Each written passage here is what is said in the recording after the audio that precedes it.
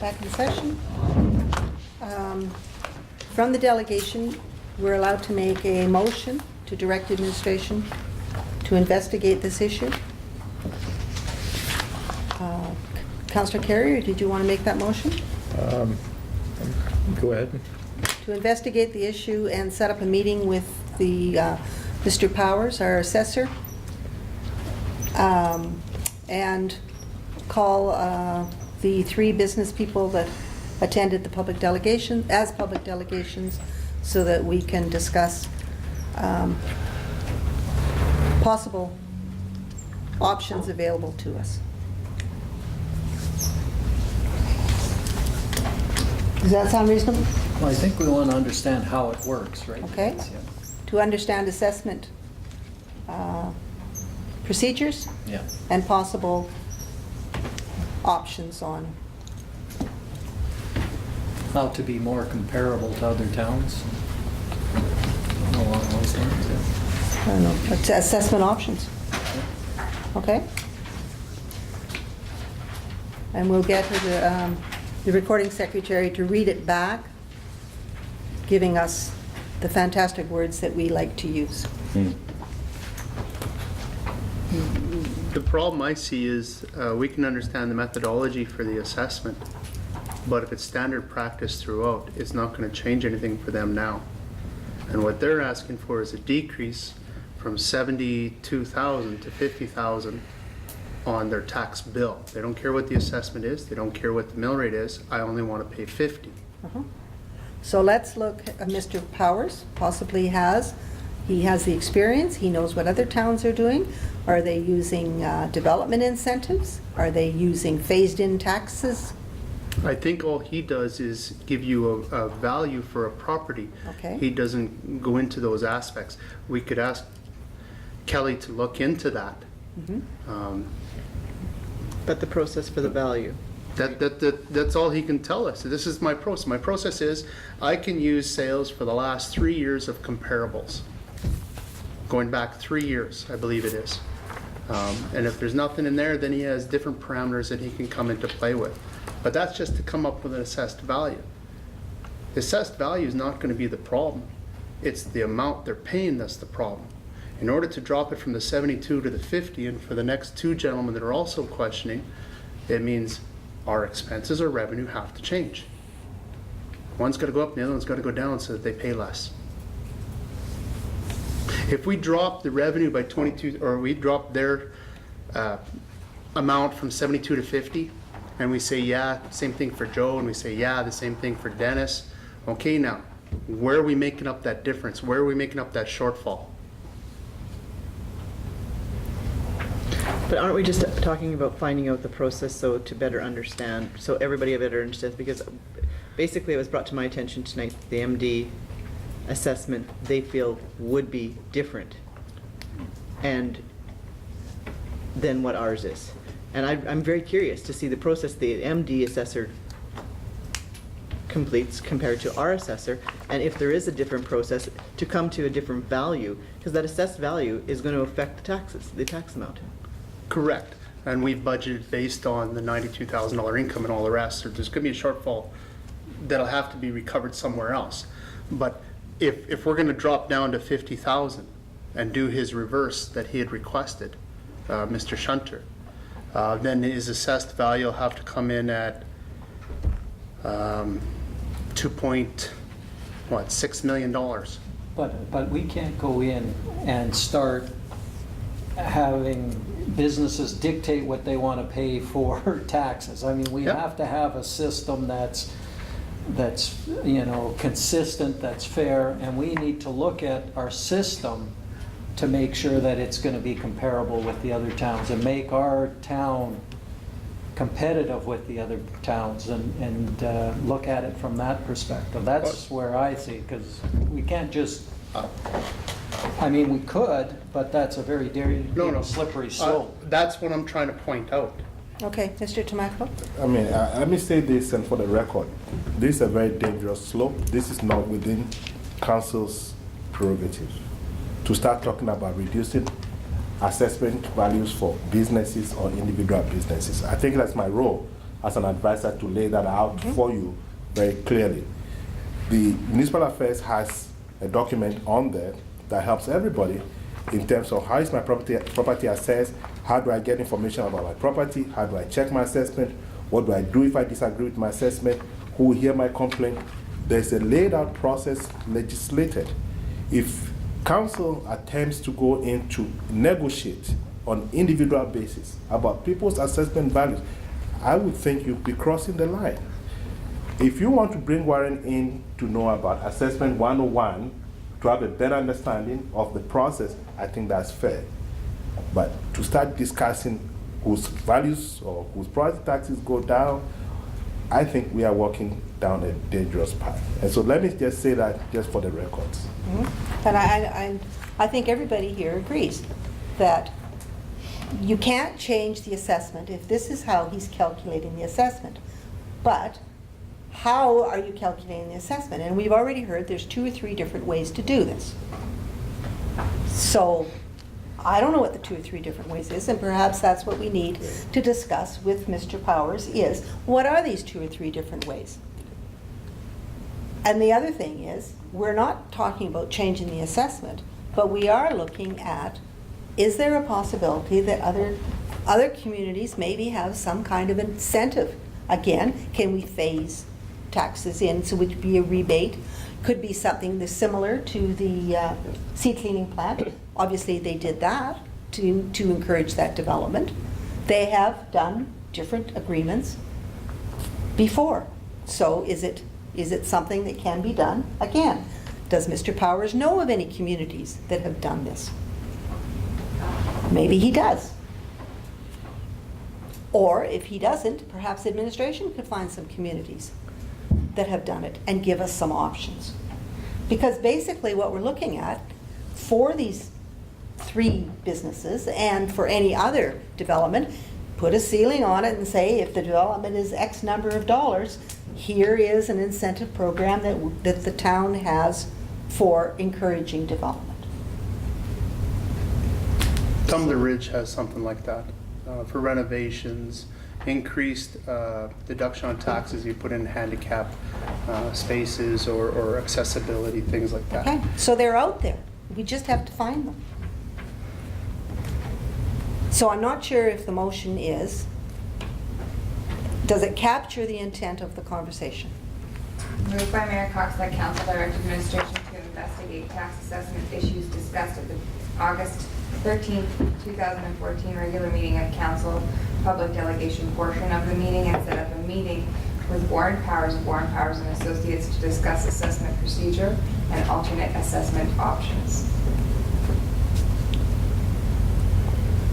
Wow, I didn't get that, did you? I did, and I'm kind of liking the way it's worded because we're not going to be dealing specifically with these issues with the 3, but it's just going to give us a better understanding. We do have a budget coming up real quick. Give us a better understanding to make sure we're going down the right path for this budget coming up. Okay. Did it have in there, because I didn't hear it, investigating incentives, development incentives? Would you call them development Something about incentives? options in there. Yes. It did cover options. So did it say to direct administration to also investigate? To discuss it with Warren Powers, I believe. It was assessment options. So Assessment options. I think we need to get some, I think that could fall into a separate motion to direct. okay, let's do that. All right, so you want to read that one more time, and then we'll vote on that motion, and then if you want to make, and it was Councillor Carrier that made that motion. I believe he did. No, you didn't. I did? Okay. You did. That, moved by Mayor Cox that council direct administration to investigate tax assessment issues discussed at the August 13th, 2014 regular meeting of council, public delegation portion of the meeting, and set up a meeting with Warren Powers of Warren Powers and Associates to discuss assessment procedure and alternate assessment options. It should have these people were also to be invited.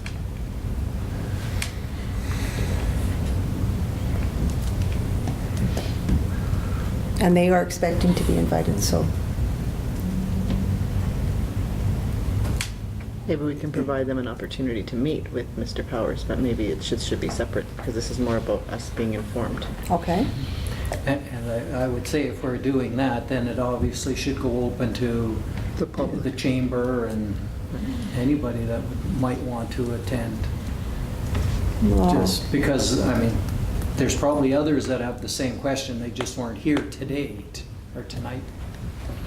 Actually, I thought this January we had talked about bringing Mr. Powers in and to discuss how evaluations are done. okay, so this one here is a separate meeting with Mr. Powers to discuss the assessment and how it's done. Is that what the motion was, basically? Yeah. Yes. I know. All in favor? Okay, so the next motion, Councillor Long, Direct administration to investigate incentive options to help further development and for the town of High Prairie. Tax incentive options? Tax incentive options, there's Incentive options. covers incentive everything. options, because there's other options other than. so have you got just development options then? Investigate incentive options to help further development in the town. To help further development. Councillor, Mr. Tomato? Madam Chair, just let me make you aware. I know we're doing lots of motions, but we are deviating from the procedure bylaw again. Nope, Just the procedure bylaw Let says me that we just can make it- direct administration to refer the matter to administration, who shall bring back more information and a recommendation at subsequent meetings. But this is a development. This is a different motion. This is a different motion.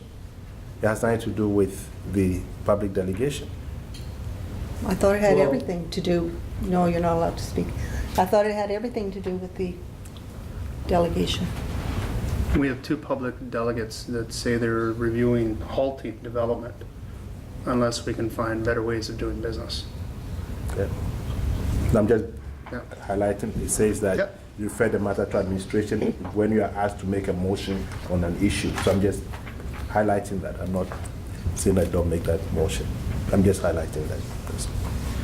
So do you have that motion? Can you read it, please? Moved by Councilor Long that council direct administration to investigate tax incentive options to help further development within the town of High Prairie. And when do you need it? When are we having the meeting? Next week? What date? They haven't chosen. When Mr. Powers is available. And that was the problem, yeah. Can we have it for Wednesday of next week, Thursday? Thursday? Is that enough time for you? Now I'll be here, but I'll get it done. Thank you. Yeah, no worries. All right. People get it done. You said Thursday's not good for you, though. Thursday isn't any good because of the golf tournament and all the councillors gone. So probably it's going to be a Wednesday or a Friday. Wednesday then?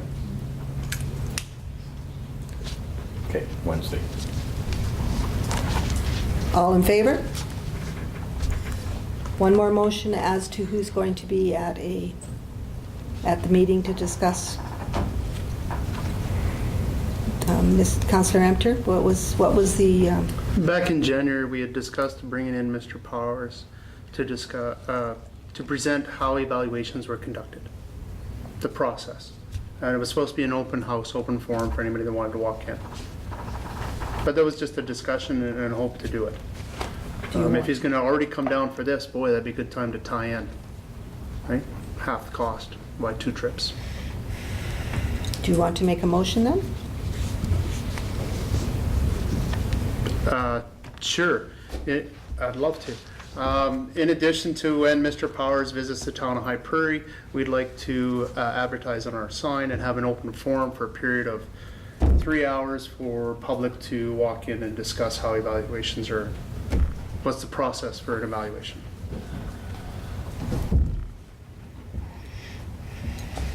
Questions, comments?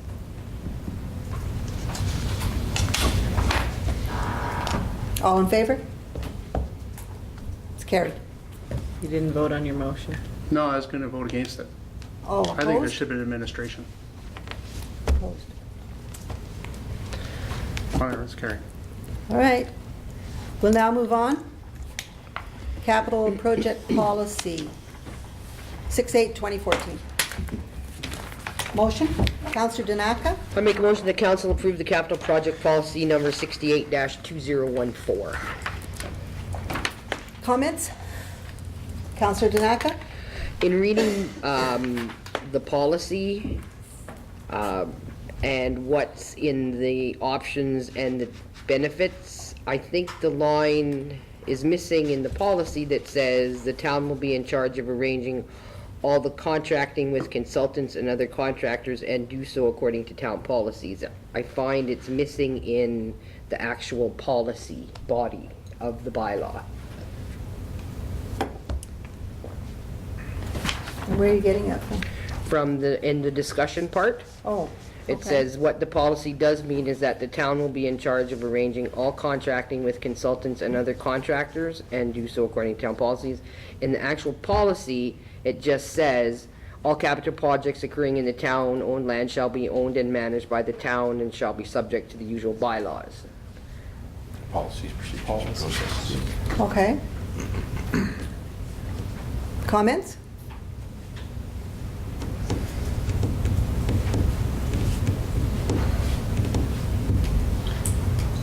Councillor Rose? Is it sort of implied because it says it's according to town policies? I think it is implied, but to be perfectly clear, I think that wording in there will be in charge of arranging all contracts with consultants and other contractors should be in the body of the policy, is my opinion. Okay. Councillor Long, do you have any other comments? No, I like that change. That works well. Anything else? Nope. Councillor Panasic? Councillor No Lemter? comment. Councillor Carrier? The only comment I have on this policy is that it really doesn't have any involvement by the volunteer organization. When you look at what happened with the skate park, and the volunteers got a lot of in-kind donations, I'm not sure if by taking it over under this policy, we would lose all of those in-kind donations. We would lose the volunteer organization's participation in the project. They would basically, well, we're just saying we're going to do the contracting. Well, why don't we just build it ourselves? And maybe, is that what we're looking for, or do we want to continue with the volunteer participation? Councillor Panasic. I had some of the same concerns when I read it the first time, and then when I read it again, it says unless a properly authorized written agreement is in place. And that's where the way I interpret it is that if you had a group like the Sports Complex Society, that you would have an agreement of who was going to do what and when and go from there. So the very fact that they want to do a skateboard park, you would have an agreement in place of who was going to do what to make that project a reality. So I think that first little statement covers the abilities for those groups to do it, and you have that written agreement. That's the way I interpret it. I also saw that, but I thought perhaps an expansion of that might help the volunteer organization understand that they are still welcome to participate in some manner, form, or whatever. Yeah, it might not hurt to clarify it a bit. Is there any other, Councillor Zanaka? In the discussion part, it does, you could maybe include that somewhere. It says this does not preclude other organizations from doing fundraising for projects or input into planning and design of certain community projects. Like, we could maybe incorporate that wording into the body of the bylaw to meet with what you're just saying. I actually, expansion of it, bring it back as with another draft for with volunteers, because for the actual fact, when you actually look at the skateboard plaza, that was a perfect example of the project managers were even the volunteers. And except for the financing, they handled that perfectly well. And they got the most bang for their buck that we've seen in a long time in projects. So there's a good example of volunteers continuing throughout the whole process without the town actually getting too much involved. And I'm not sure how much you want to have the town involved in some of these. Mr. Yeah, Tomato? I think what this policy aims to do is, we don't know what the warranty issues are. We have no control over these projects when they get finished. And because of our ratepayers, and we are working on behalf of our ratepayers, the volunteer organizations can continue to do the fundraising. But if we want to take responsibility for those projects, then the town has to use its processes to ensure that the ratepayer and the town is protected. That's what it aims at, so that there's no ifs and buts as to warranty issues, liability issues. We're using the same standards that we use for our own projects for these volunteer projects, and that's what it aims to achieve. Comments?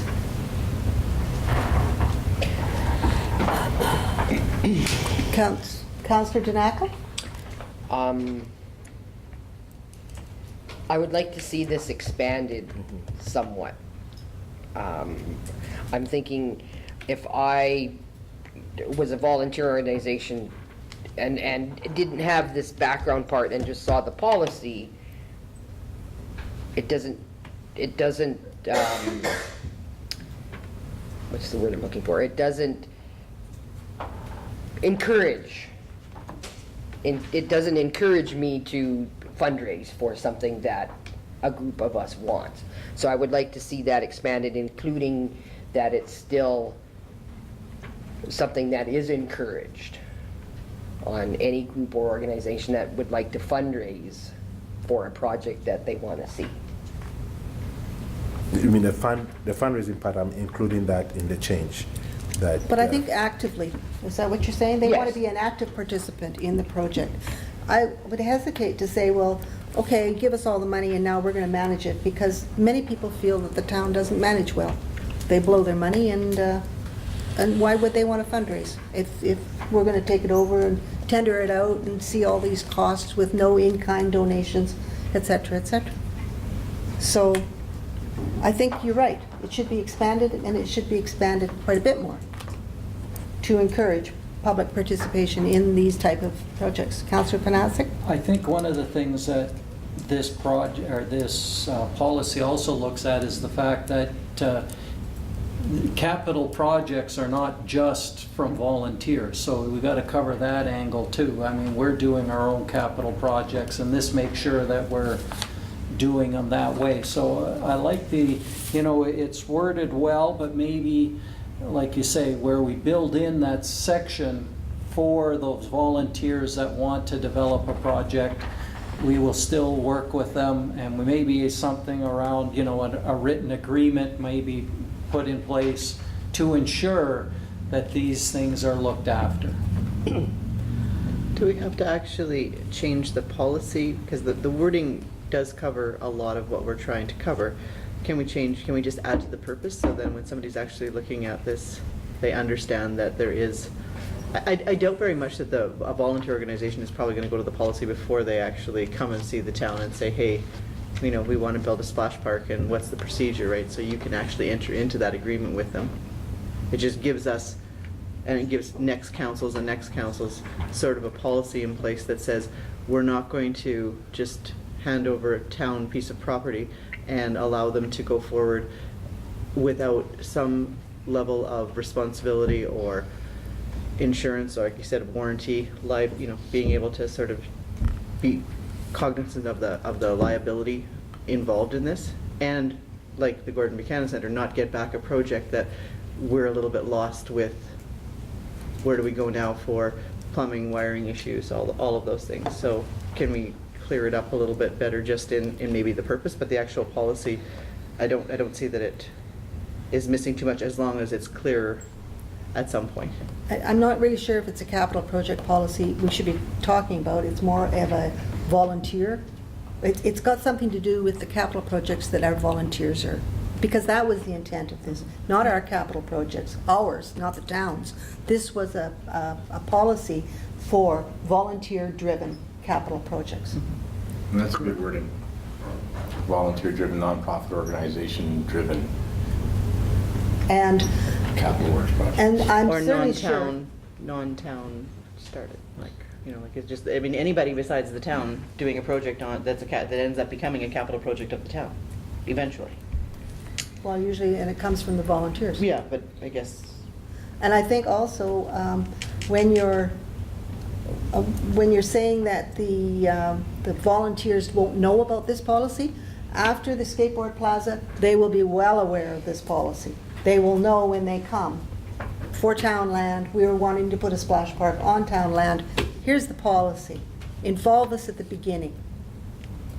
And then we can work together to make sure that you're following the parameters of what we want, or what we need, not maybe what we want, but what we need to be responsible to the ratepayers. So I think it needs a little bit of work, and it should be, again, volunteer-driven capital policy or But do capital we project. need something on just the capital project policies that says that, or is it just inherent that the town is gonna follow our policies when we're building something? That's why I thought this was covering sort of both in that umbrella, and saying that, you know, the town's gotta follow the rules, and this is the policy that's gonna make sure that we follow our own policies that when you're doing a capital project. Because the town asks for 3 tenders, usually, not necessarily that the volunteers will, and they do a lot of in-kind work. The town doesn't do any in-kind work that I'm aware of. They've had, you know, The town's done, like on those other, but anyways, yeah. yeah. So I think these are special projects that are, So it'd be changing the focus of this from sort of to just volunteers, is what you're suggesting. yeah, nonprofit organizations, Nonprofit organizations, I think, because they're usually societies. because volunteers Yeah. are different than an NGO, right? So you have a nonprofit organization who has a certain role and responsibility and authority for that project that they want to do, whether it's a splash park or the skateboard park, doesn't matter. But if they want our assistance in GST rebates, those types of things, then they have to contact us right from the start and become a collaborative partner with the town to make their project go ahead and come to fruition. That's what this is about, I thought, not so much any capital works project. We can always address capital works projects development. And so there's rules enough for people who are developing in place already. This was designed and brought forward more so for nonprofits from what the discussion was, Okay. I thought. Councillor Enter, you? I'm happy with what you said. Councillor Carrier? I'd like to see the original motion rescinded and this be brought back to the next council meeting with all the ideas that were presented tonight. Okay. Did you want to withdraw your motion, or do we? I'll withdraw my motion. And Councillor Carrier? Make a new motion that policy number 680 or 2014 be brought back to the next regular council meeting with the Requested additions requested additions from council. or changes. All in favor? It's carried. Next item of business is reimbursement of lunch expenses, meeting with the leader of the Wild Rose policy.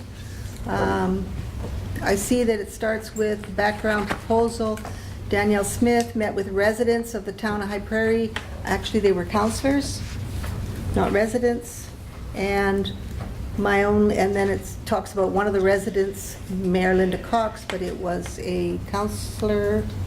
This was not Mr. Prentice's meeting, where I definitely said I was a resident. This was me meeting the mayor, meeting with the leader of the opposition, and one councillor did attend. So I guess my question would be down at the bottom of the page 16, where it says, the question is whether council thinks it's proper to use public funds for partisan politics. And I question Mr. Tamaklo, why is that partisan politics? Anytime there's a group, and this is, we have to first and foremost talking about public funds, taxpayers' dollars. And from the John Stroud report and from our other observations, we've been persuaded that it's unreasonable for us to go to group meetings of politics and then contribute taxpayers' dollars. Partisan means group. We have an example of Jim Prentice and the MLA, Procala Hasten, being here almost at the same time. If somebody came from the town and brought a bill for $10,000 and said, I'm promoting the town, I met with these folks, what are we going to do? And so as soon as we begin to open this kind of worms, anybody can go and meet. There are 10,000 politicians in this country.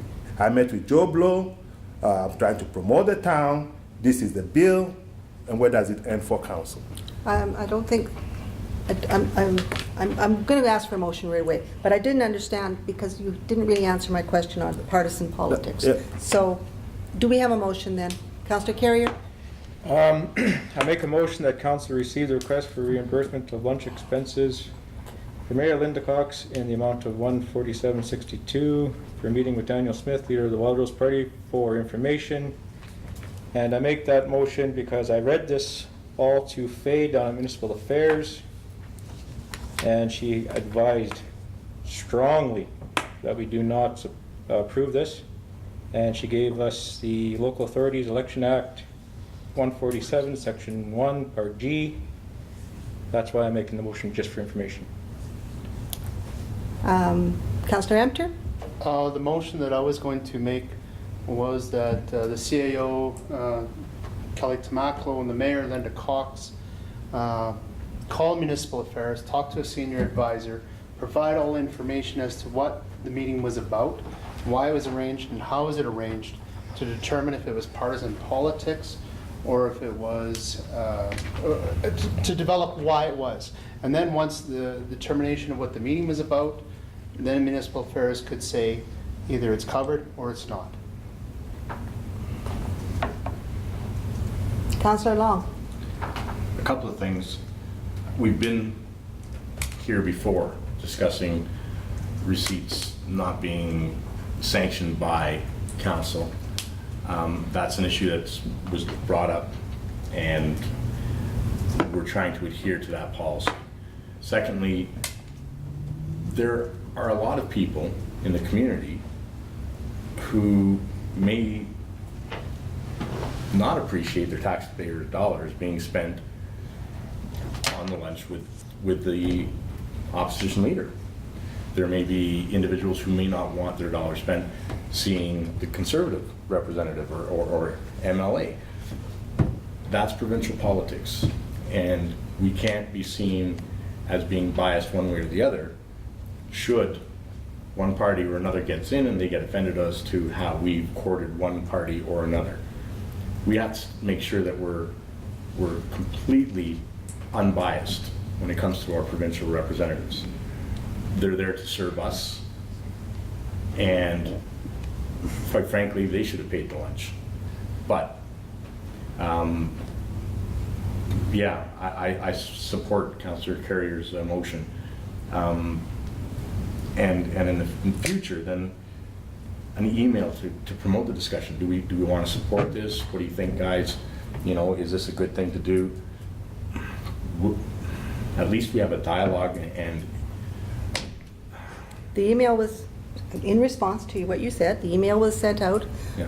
from myself to all councillors saying that this meeting was being held with the leader of the opposition, and that she wanted to meet to discuss issues from the town, of the town. You all received the email. Yep. Councillor Panasic was the only one that came to the meeting. Mm-hmm. The members from the MD broke at their meeting and came for lunch because they felt it was a very important meeting to meet the leader of the opposition. Absolutely. Partisan politics, and I will take what Councillor Emter has said under advisement, but when they are talking about partisan politics and the Johnsrud report, what they were talking about were the golf tournaments that people were going to and charging the entry fee to the municipality. And this was clearly done in many cases, and it was brought up in many media outlets. And specifically, that was what they were talking about. They were not talking about meetings where the leader of the opposition has come to a town and has said, what are your issues, and I want to take them back to the legislature. This would be very similar to the Premier coming to this town and being, again, what are the issues that you've got? This is not just an MLA, this is not a Mr. Prentice, who is a leadership hopeful. This is the leader of the opposition, and it possibly could be our next Premier. Councillor Panasic, when I picked up the bill, I did say to you, is this going to be a problem? Will you support me?